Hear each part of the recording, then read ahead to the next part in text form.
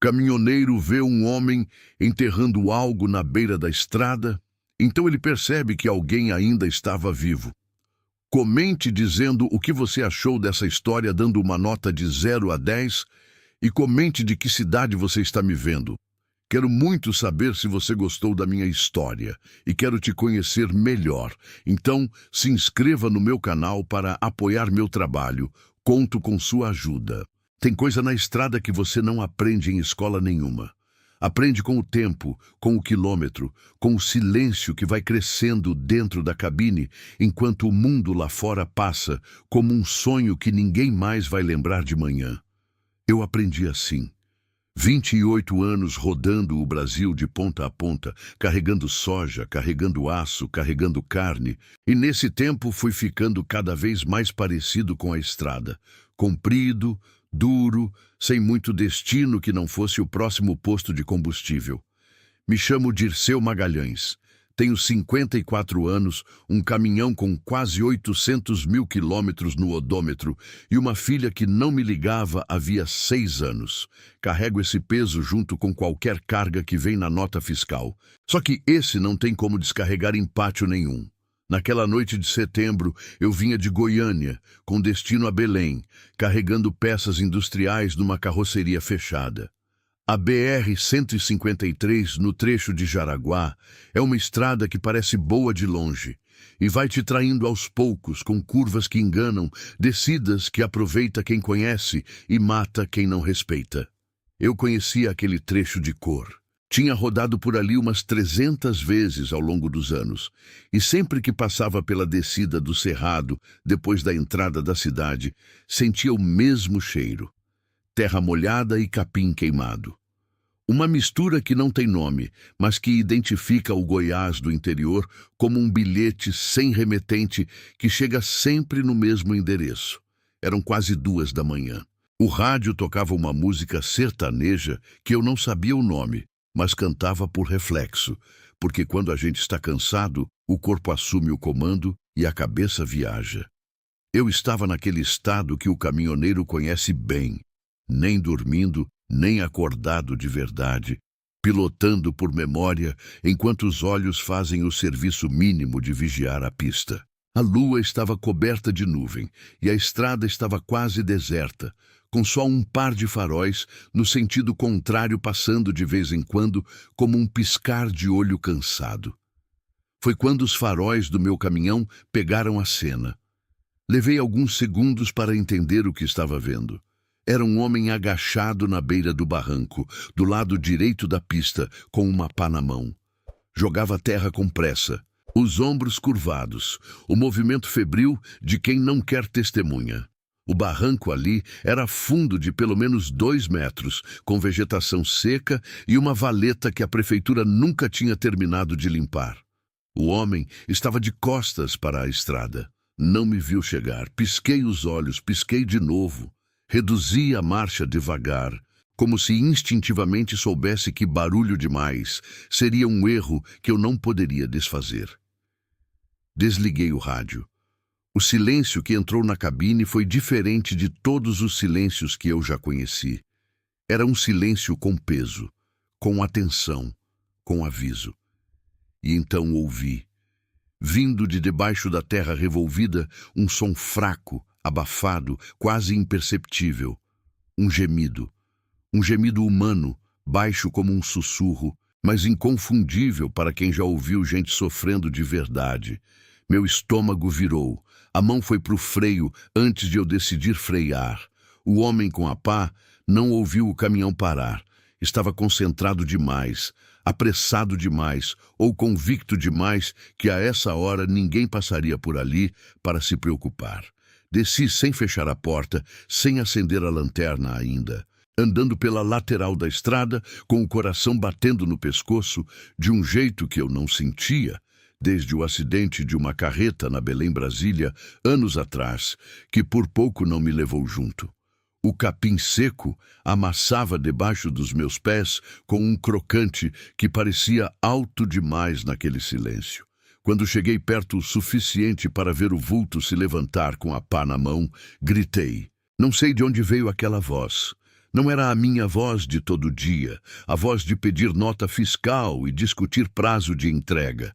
Era uma voz que veio do fundo de mim, grossa e firme e assustada ao mesmo tempo, e que ecoou pelo cerrado como um tiro.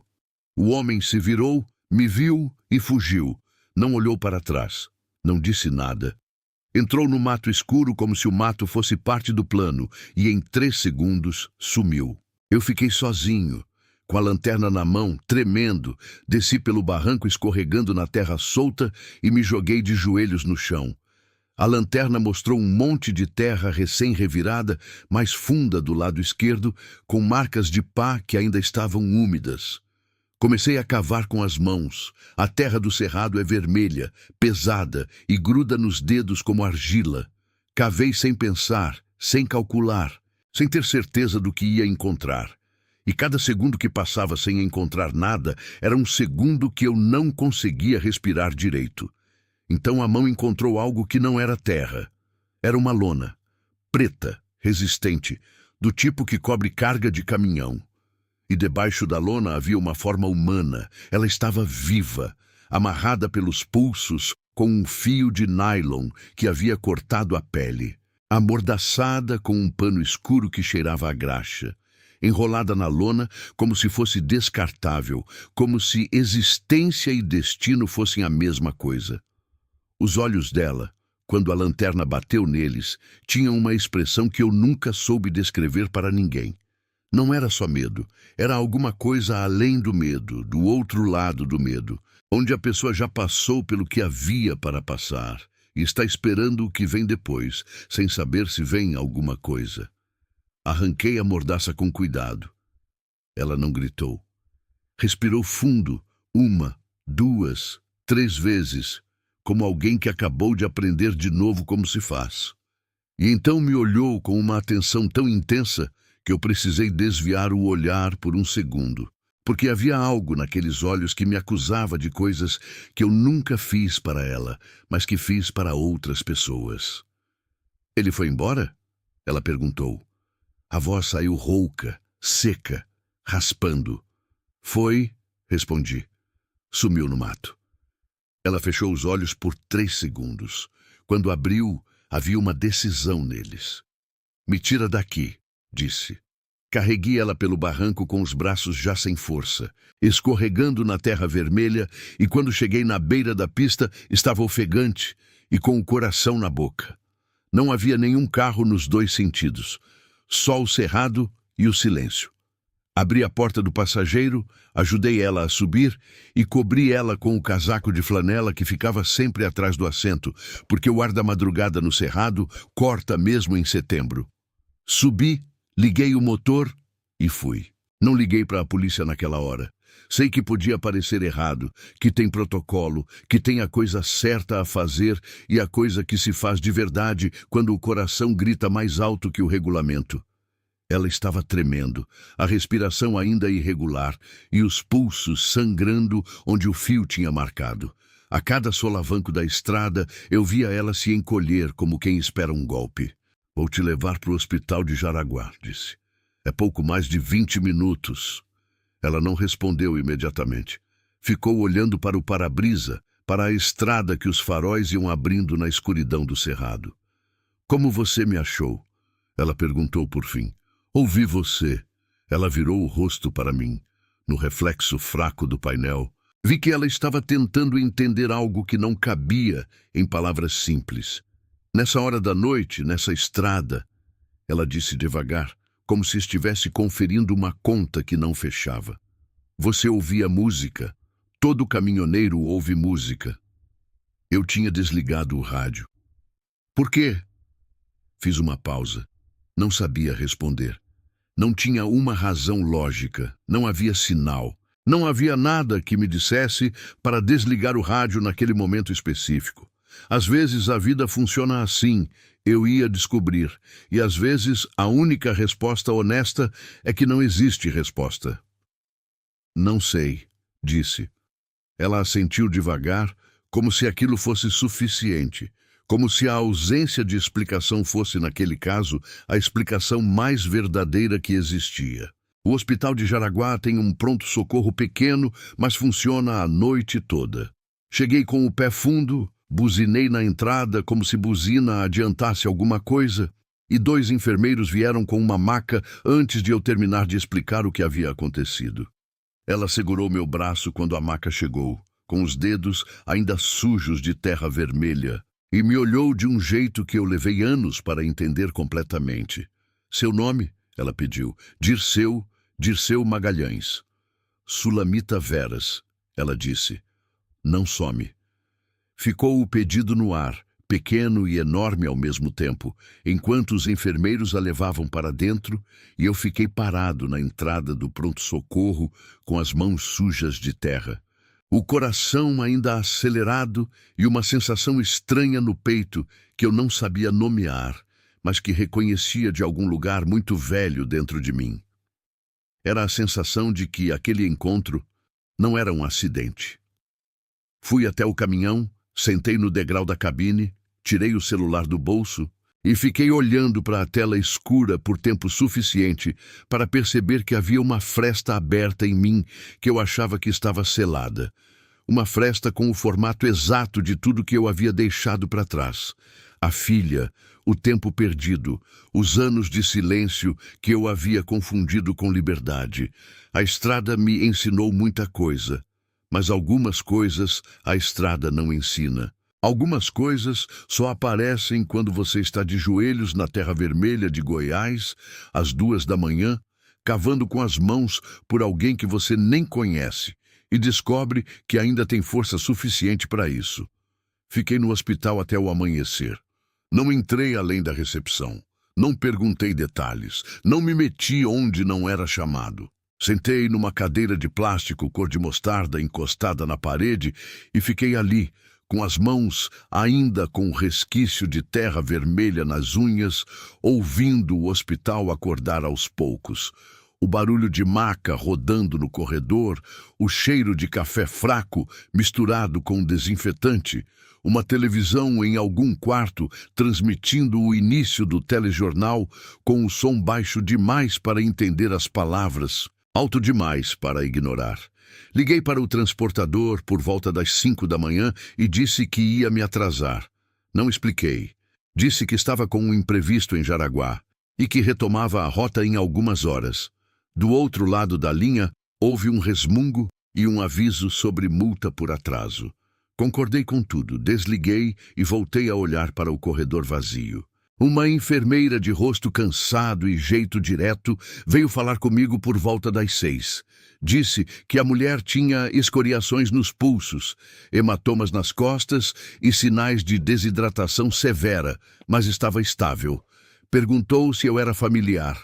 Disse que não. Ela me olhou de um jeito que só quem trabalha em pronto-socorro de interior desenvolve. Então, disse que a paciente havia pedido para me avisar que estava bem. Saí para o caminhão, abri uma garrafa d'água morna que estava no porta-objetos e tomei de uma vez só, como se eu é que tivesse passado a noite enterrado. Jaraguá, de manhã cedo, tem aquele cheiro específico de cidade do interior goiano. Pão assando em alguma padaria que você nunca encontra, mas sempre cheira. Grama molhada de sereno. Fiquei no estacionamento observando a cidade acordar e pensando numa coisa que não havia pensado em muitos anos. No que é ser necessário para alguém. Não útil. Necessário. A diferença é enorme e eu só estava começando a entender isso. Minha irmã Neuza morava num bairro de casas baixas a uns 3 quilômetros do hospital, numa rua sem calçada e com uma mangueira velha na frente que perdia fruto o ano todo, independente de estação. Ela era viúva há 8 anos, criava um gato laranja obeso chamado Coronel e deixava a porta da cozinha sempre destrancada, porque, como dizia, quem fosse roubar ficaria decepcionado. Liguei para ela às 6h30. Ela atendeu no segundo toque, como sempre, porque Neuza nunca dormia além das 5h30. Era um princípio de vida. Dirceu. A voz dela era sempre assim, meu nome pronunciado como quem já sabia que eu trazia encrenca.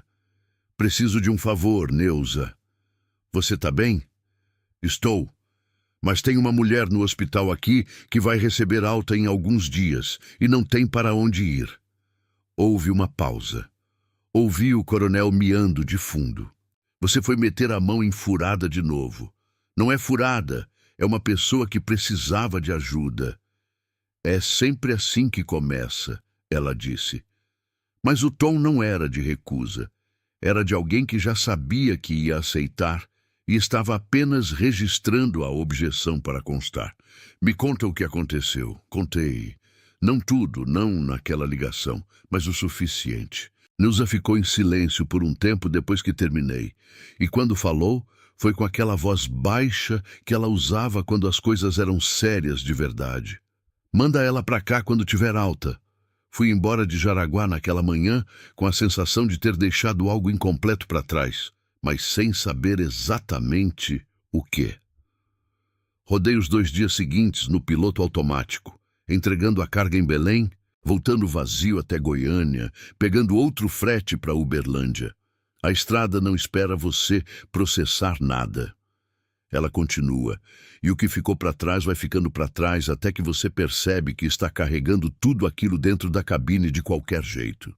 Sulamita ficou 4 dias internada e foi direto para a casa de Neuza, num acordo que ela aceitou sem resistência. Voltei a Jaraguá na semana seguinte, com um frete de fertilizante que passava pelo município, e parei na casa de Neuza, num fim de tarde com cheiro de chuva próxima. Neuza abriu a porta com um pano de prato no ombro e me olhou de cima a baixo. Ela tá na varanda, disse sem mais cerimônia. A varanda dos fundos dava para um quintal, com 2 pés de goiaba e uma cerca de madeira velha que o capim estava engolindo. Sulamita estava sentada numa cadeira de palha, com uma xícara de chá nas mãos e o olhar perdido no quintal. Ela estava usando uma blusa amarela de Neuza, que era larga demais para os ombros dela, e tinha o cabelo preso de qualquer jeito na nuca. Os hematomas no rosto estavam sumindo, mas a forma como ela segurava a xícara, com os 2 pulsos virados para cima, mostrava o roxo ainda presente onde o fio havia marcado. Sentei na cadeira ao lado, sem dizer nada. O silêncio entre nós não foi constrangedor. Era o tipo que acontece entre pessoas que já passaram por algo junto e não precisam reencenar para confirmar. Você voltou, ela disse por fim, sem virar o rosto. Disse que voltava. Ela deu um meio sorriso de canto de boca que não era alegria, mas era real. Muita gente diz. Fiquei quieto. Sabia que aquilo não era uma acusação direcionada a mim especificamente. Era uma observação sobre o mundo, do tipo que só quem foi abandonado de verdade consegue fazer sem amargura, com aquela frieza de quem aprendeu a não esperar e se surpreende quando a expectativa falha de novo. Neuza apareceu com um copo de suco de caju e o colocou na minha mão com o naturalismo de quem serve a família. Naquele gesto, havia uma declaração que ela nunca faria em voz alta. Eu estava sendo incluído em algo. Sulamita começou a falar naquela tarde. Não de uma vez, não em ordem, mas aos fragmentos, do jeito que as pessoas falam quando a história dói demais para ter começo, meio e fim. Eu ouvi. Não interrompi. Aprendi na estrada que a melhor coisa que você pode oferecer a alguém às vezes não é solução, é atenção, presença. O simples fato de não ir embora. O que havia acontecido com ela era mais longo do que aquela noite na estrada. Era uma história de 2 anos sendo esvaziada de dentro para fora. O marido, Gilmar, havia morrido de infarto fulminante aos 41 anos, deixando Sulamita com 2 filhos pequenos, uma casa financiada e uma sogra que encarou o luto como uma oportunidade de reorganizar o mundo conforme a própria vontade. Dorvalina tinha 72 anos na época. Era uma mulher pequena de voz mansa que desenvolveu ao longo dos anos uma convicção absoluta de que sabia melhor do que qualquer pessoa o que era certo para a família. Nos meses depois da morte de Gilmar, Dorvalina foi se aproximando com presentes e almoços de domingo, e Sulamita, exausta e perdida, aceitou tudo. Só foi perceber o mecanismo quando já estava dentro dele. A sogra havia dito aos filhos que a mãe precisava descansar. Era melhor ficarem com a vovó. Havia espalhado para vizinhos que Sulamita não conseguia cuidar das crianças. Havia encontrado uma carta e guardado como munição. Eu escrevi aquela carta às 3 da manhã, disse Sulamita, a voz igual, sem dramatismo. O Almir tinha acabado de ter febre alta e eu tinha perdido o emprego na semana anterior e estava sozinha de verdade, sozinha de um jeito que não dá para explicar. Escrevi o que sentia, não era um plano, era um desabafo. E ela guardou. Ela guarda tudo. O vento trouxe o cheiro de chuva mais perto. Uma cigarra começou a cantar num canto do quintal, com aquele som de motor pequeno e insistente que é a trilha sonora do interior goiano nas tardes de outubro. O Renildo, eu disse. Ele agiu por conta própria? Ela levou um tempo para responder. Não sei se por conta própria, disse por fim. Sei que ele tinha medo de mim, de que eu fosse a justiça. Fez uma pausa. Acho que alguém disse a ele que seria mais simples se eu simplesmente não estivesse mais por aqui. Disse aquilo com uma calma que era mais assustadora do que qualquer grito. Não havia dúvida na voz, mas também não havia certeza absoluta. E essa zona cinza era o lugar mais perigoso de todos porque deixava tudo em aberto. Fiquei olhando para o quintal de Neuza por um tempo, para os pés de goiaba que balançavam com o vento que anunciava chuva, e pensei na minha filha Cristiane, que eu havia deixado com 12 anos numa decisão que eu chamei de liberdade e que ela chamava, com razão, de abandono. Pensei em como a gente cria narrativas para as próprias escolhas que fazem os outros sofrerem. Pensei em Sulamita escrevendo aquela carta às 3 da manhã e em como o desespero posto no papel pode virar arma. Você vai recuperar seus filhos, disse. Não como promessa, como constatação. Ela me olhou, por um longo segundo, sem falar. Por que você ainda está aqui? Ela perguntou. Não havia hostilidade na pergunta, só curiosidade cansada de quem aprendeu que as boas intenções têm prazo de validade. Não soube responder de imediato. Olhei para as mãos, para as marcas de terra que o sabão não tirava da linha das unhas, e disse a coisa mais honesta que consegui. Porque não consigo ir embora ainda. A chuva começou a cair antes que qualquer um de nós dissesse mais alguma coisa. Neuza gritou da cozinha que o jantar estava ficando pronto, e Sulamita se levantou com a xícara vazia na mão e foi para dentro sem pressa, mas antes de entrar pela porta de tela, ela virou o rosto para mim por meio segundo, e naquele meio segundo havia algo que eu não soube nomear, mas que ficou comigo pela estrada inteira dos dias seguintes. Cristiane apareceu em Jaraguá numa terça-feira de novembro, que começou com sol, e terminou com um granizo miúdo batendo no telhado de zinco da casa de Neuza, como um aviso que ninguém pediu. Eu não sabia que ela estava na cidade. Ela não avisou. Não era do feitio dela avisar, pelo que eu me lembrava, e o que eu me lembrava era pouco. Porque há 6 anos o silêncio entre nós era tão completo que eu havia parado de tentar completá-lo. Ela trabalhava como técnica de enfermagem num hospital de Anápolis. Soube disso por Neuza, que sabia por uma prima em comum que morava no mesmo bairro que Cristiane. Não por ela. Ela não me contava nada sobre a própria vida, e eu havia aceitado isso como o preço de uma dívida que nunca paguei. Quando entrei pelo portão da casa de Neuza naquela tarde, com a roupa ainda impregnada de diesel da viagem e fome de almoço, que já era quase jantar, as encontrei as duas sentadas na varanda da frente.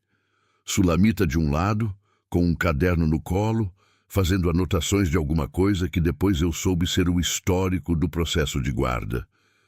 Cristiane do outro, com as mãos juntas na frente, o rosto sério e aquele jeito de sentar que era idêntico ao da mãe dela, minha ex-mulher generosa, que eu havia deixado para trás junto com tudo mais. Parei no portão. Minha filha levantou os olhos para mim. Eram os mesmos olhos castanhos escuros de sempre. Mas havia neles uma coisa que eu não soube ler de imediato. Não era raiva. Era avaliação. Ela estava me avaliando como se eu fosse uma situação que precisava de diagnóstico antes de qualquer procedimento. Pai, ela disse. Uma palavra só. Nem fria, nem quente. Cristiane, eu disse. E a voz saiu mais baixa do que eu pretendia, porque o corpo às vezes entrega o que a boca tenta esconder. Sulamita olhou de um para o outro com aquela atenção silenciosa que era a marca dela. E então se levantou com o caderno e disse que ia buscar água. E sumiu para dentro da casa com o discreto cuidado de quem percebe que duas pessoas precisam de um espaço que só existe quando a terceira sai de cena. Me aproximei devagar. Sentei na cadeira que Sulamita havia deixado, que ainda estava morna do calor dela, e fiquei olhando para o quintal por alguns segundos antes de virar o rosto para a minha filha. Como você ficou sabendo que eu estava vindo por aqui? Um colega meu de hospital conhece a Neuza, ela disse. Ficou sabendo da mulher que você trouxe. Me contou. Uma pausa. Vim ver o que era. E o que você achou? Ela me olhou por um tempo que pareceu mais longo do que era. Achei que era exatamente o tipo de coisa que você faz, disse. Aparece do nada na vida de alguém que está em apuros. Age. Some. Engoli seco. Não tentei me defender. Defesa seria a resposta errada naquele momento, e eu sabia disso mesmo sem entender completamente por quê. Havia aprendido na estrada que às vezes o silêncio é o único argumento que não pode ser rebatido. Desta vez, não sumi, disse por fim. Ainda. A palavra saiu curta e precisa, como uma faca pequena. Não gritada, não chorosa, só verdadeira. Fiquei quieto. O granizo começou devagar, um barulho de arroz jogado no telhado que foi crescendo até cobrir qualquer outro som. Cristiane não se moveu. Eu também não. Ficamos os dois sentados na varanda enquanto o granizo batia no zinco e o quintal escurecia de água. E naquele silêncio compartilhado havia uma comunicação que nenhum de nós sabia ainda nomear, mas que era real. Neuza nos chamou para jantar com a voz que não aceita recusa. A mesa de madeira da cozinha era pequena demais para 4 pessoas confortáveis. Mas Neuza nunca teve paciência para desconforto social e colocou os 4 pratos lado a lado como se fossem família de longa data. Arroz, feijão, frango ensopado com cheiro de açafrão e folha de louro, e uma farofa de banana da terra que era especialidade dela desde que eu era criança. O jantar foi silencioso nos primeiros minutos. Depois Neuza, que não suportava silêncio em volta de comida boa, começou a falar sobre o processo de guarda de Sulamita com a objetividade de quem havia passado as últimas semanas absorvendo cada detalhe. Disse que a próxima audiência estava marcada para meados de dezembro. Disse que o advogado que Dorvalina havia contratado tinha relações antigas no Fórum de Jaraguá. Disse que precisavam de testemunhas que conhecessem o ambiente que Sulamita havia vivido antes da morte do marido. Pessoas de fora da família que pudessem dar um relato sem interesse direto. Cristiane ouviu tudo com o rosto neutro e então perguntou para Sulamita se havia alguém, alguma vizinha antiga, alguma conhecida do bairro onde morava antes, que pudesse falar. Sulamita ficou em silêncio por um momento. Tem 2, disse por fim, mas as 2 têm medo de Dorvalina. Ela tem muita influência no bairro. É o tipo de pessoa que ninguém quer como inimiga. Mas elas sabem o que aconteceu. Sabem, viram. Mas saber e estar disposta a dizer na frente de um juiz são coisas bem diferentes. Cristiane assentiu devagar, como se estivesse arquivando aquela informação numa gaveta específica para uso posterior. Eu a observei fazer isso e reconheci naquele gesto algo meu. A forma como eu resolvo um problema de logística difícil na cabeça antes de falar qualquer coisa. E tive uma sensação estranha e dolorosa de orgulho misturado com culpa. Ela havia herdado alguma coisa de mim sem nunca ter tido a chance de aprender comigo. Depois do jantar, Neuza lavou a louça com Sulamita e me deixou sozinho com Cristiane na varanda dos fundos, que era o que ela sempre fazia quando queria forçar uma conversa que as pessoas evitavam ter. Neuza tinha 70 anos de experiência em reconhecer o que as pessoas precisavam e zero paciência para esperar que elas chegassem lá por conta própria. A chuva havia parado. O quintal cheirava a terra molhada e a goiaba madura que havia caído do pé durante o granizo. Uma rã cantava perto da cerca com aquela insistência de quem não se importa com a audiência. "Ela te contou tudo?" perguntei. "O suficiente", disse Cristiane. "O que você achou?" Ela demorou para responder. Quando falou, foi olhando para o quintal, não para mim. "Acho que ela é uma mulher muito mais forte do que deixa aparecer." Fez uma pausa. "E acho que você está com medo de estragar isso também." A frase me pegou no lugar certo. Não tentei negá-la. "Pode ser", disse. "Não é pode ser, pai." "É. Você tem cara de homem com medo quando age direito." Ela virou o rosto para mim pela primeira vez desde que tínhamos ficado sozinhos. "Eu conheço essa cara. Via ela quando você estava em casa e sabia que ia embora em breve." Não havia choro na voz dela. Não havia grito. Era pior. Havia clareza. A clareza de alguém que processou uma dor por anos e chegou do outro lado com tudo entendido e arrumado, não porque esqueceu, mas porque precisou seguir em frente de qualquer jeito. "Cristiane", comecei. "Não precisa", ela disse. "Não agora." Uma pausa longa. "Eu vim porque queria ver quem era essa mulher que você tinha tirado da terra. E porque Neuza disse que você estava voltando toda semana, e isso é a coisa mais estranha que eu ouvi sobre você em 20 anos. É estranho para mim também." Ela quase sorriu. Quase.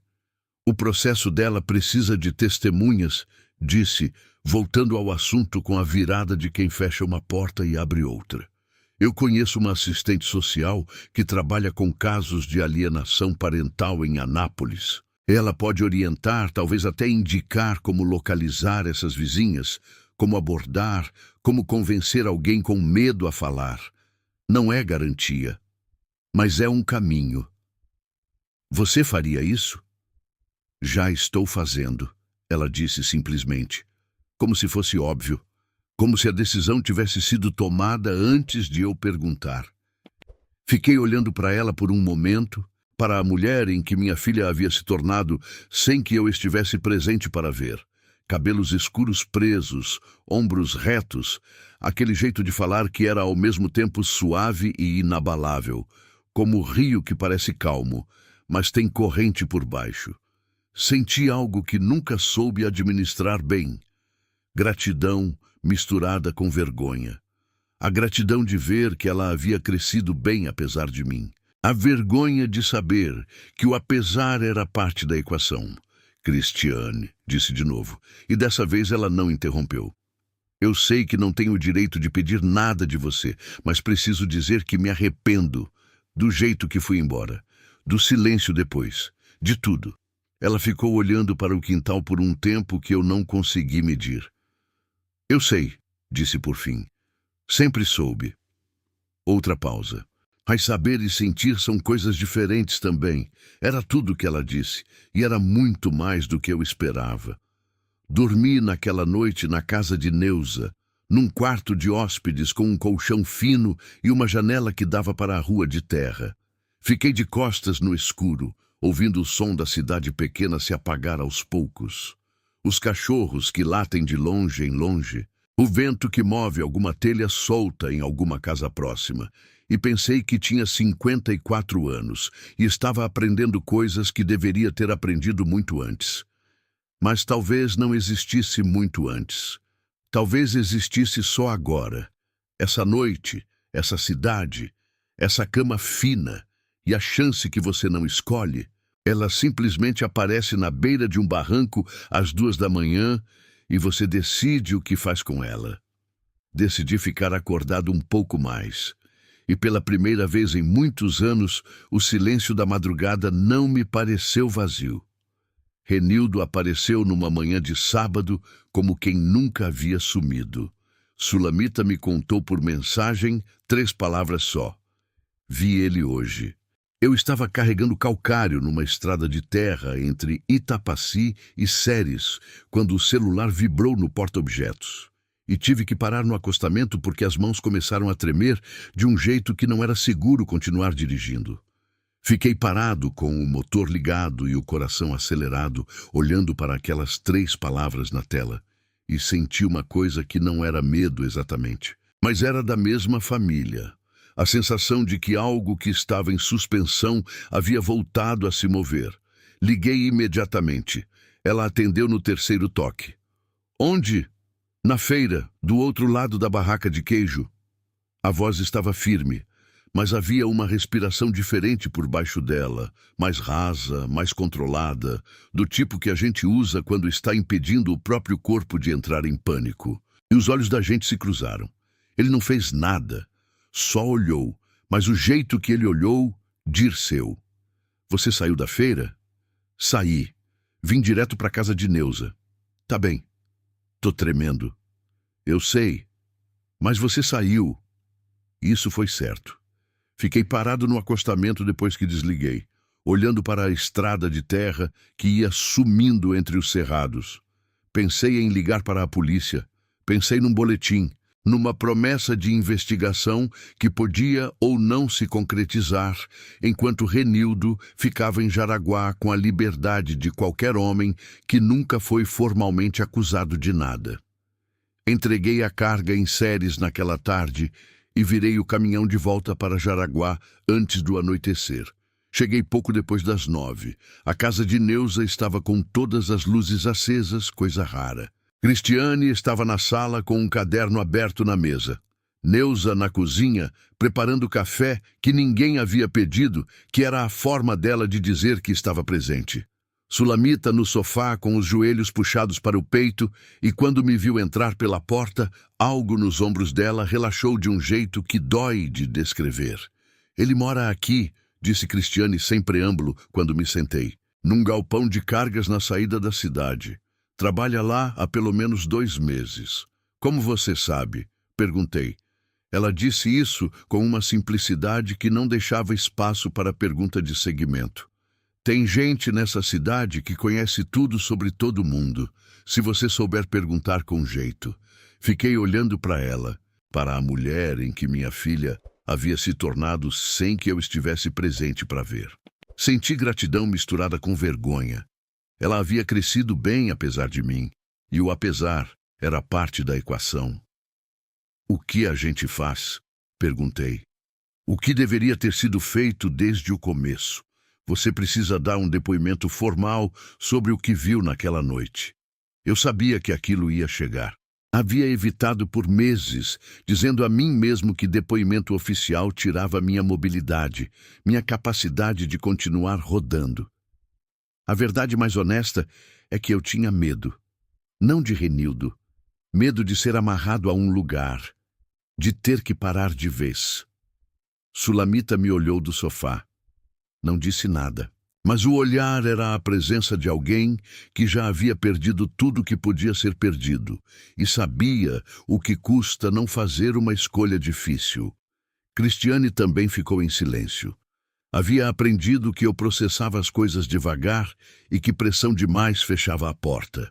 Neuza entrou com a bandeja de café e colocou na mesa. Você vai lá amanhã de manhã, disse, com a voz com que dizia que o almoço estava pronto e não havia segunda opção. E vai contar tudo o que você viu. Fui. O cartório de Jaraguá era uma sala pequena de teto baixo com um ventilador barulhento que girava sem refrigerar nada. O escrivão tinha o olhar de quem ouviu histórias demais para se impressionar com qualquer uma. Contei tudo com a precisão que consegui. O homem com a pá Sulamita enterrada, a fuga mato adentro. Descrevi Renildo como o havia visto, ombros largos, moletom escuro, a pá de cabo longo. O escrivão digitou tudo sem comentário. Quando terminei, me entregou uma folha para assinar e disse que aquilo seria encaminhado ao delegado responsável pelo caso. Saí do cartório com o sol batendo de frente e a sensação de quem acabou de largar um peso que carregava sem perceber o quanto pesava. Perdi 3 contratos de frete nos meses seguintes, por convocações a delegacias e cartórios. Perdi dinheiro. Perdi o conforto do anonimato que a estrada oferece. No dia que saí do cartório com Sulamita ao lado, ela disse uma coisa baixinho, quase para si mesma. Obrigada por não sumir. Fingi não ter ouvido, mas guardei. A reviravolta veio em dezembro, numa audiência que Cristiane acompanhou no corredor do fórum.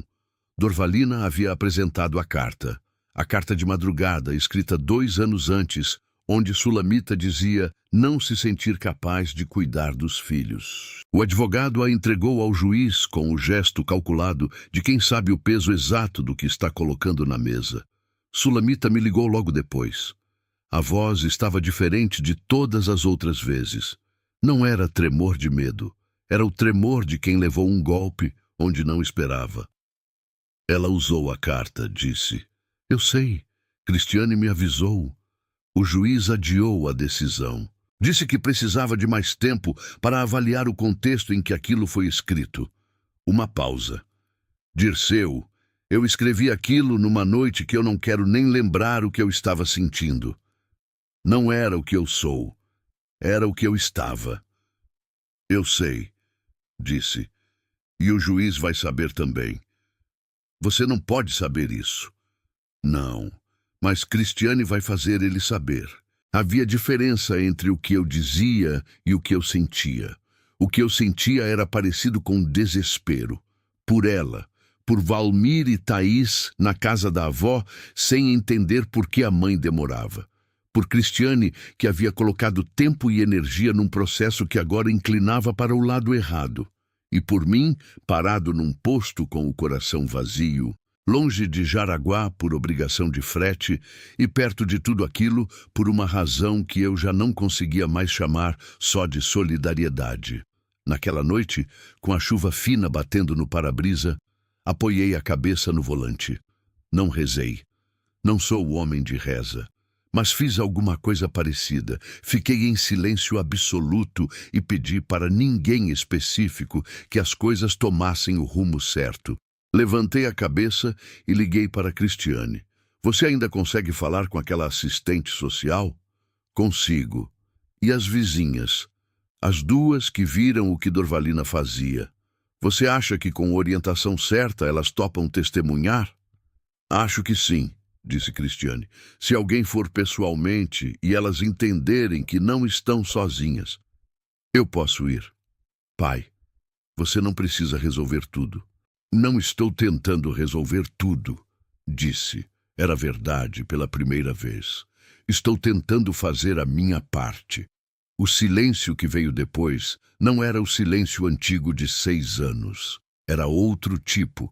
Era o silêncio de 2 pessoas trabalhando na mesma direção, sem precisar explicar o porquê. Tá bom, disse ela por fim. Eu marco com a assistente social essa semana. Você vem no fim de semana. Venho. Desliguei, liguei o motor e puxei o caminhão de volta para a estrada. A chuva havia parado. O asfalto molhado refletia os faróis e o cerrado dos 2 lados era uma sombra densa e quieta que eu havia atravessado centenas de vezes sem prestar atenção. Desta vez, prestei. Vi a extensão enorme daquela terra que eu havia passado décadas cruzando sem nunca chegar em lugar nenhum. Valmir e Thaís voltaram numa manhã de abril, depois de meses de processo. Depoimento de 2 vizinhas que Cristiane convenceu a falar, laudo de assistente social que desmontou a narrativa de Dorvalina, audiência final com juiz que considerou o contexto da carta. Renildo havia deixado Jaraguá antes disso e sumiu para Palmas. Dorvalina, sem o principal apoio, começou a fragilizar. Estava no quintal quando as crianças chegaram. Fiquei encostado na mangueira velha, longe do portão, porque aquele momento não era meu. Era de Sulamita. Era de Valmir e Thaís, que desceram do carro com malas de plástico colorido e o rosto fechado de quem aprendeu cedo a não confiar em permanência. Sulamita os abraçou no portão e não conseguiu parar de tremer. Fiquei onde estava. Olhei para o céu cor de ferrugem, ouvi o vento na mangueira, senti o cheiro de terra que anuncia chuva.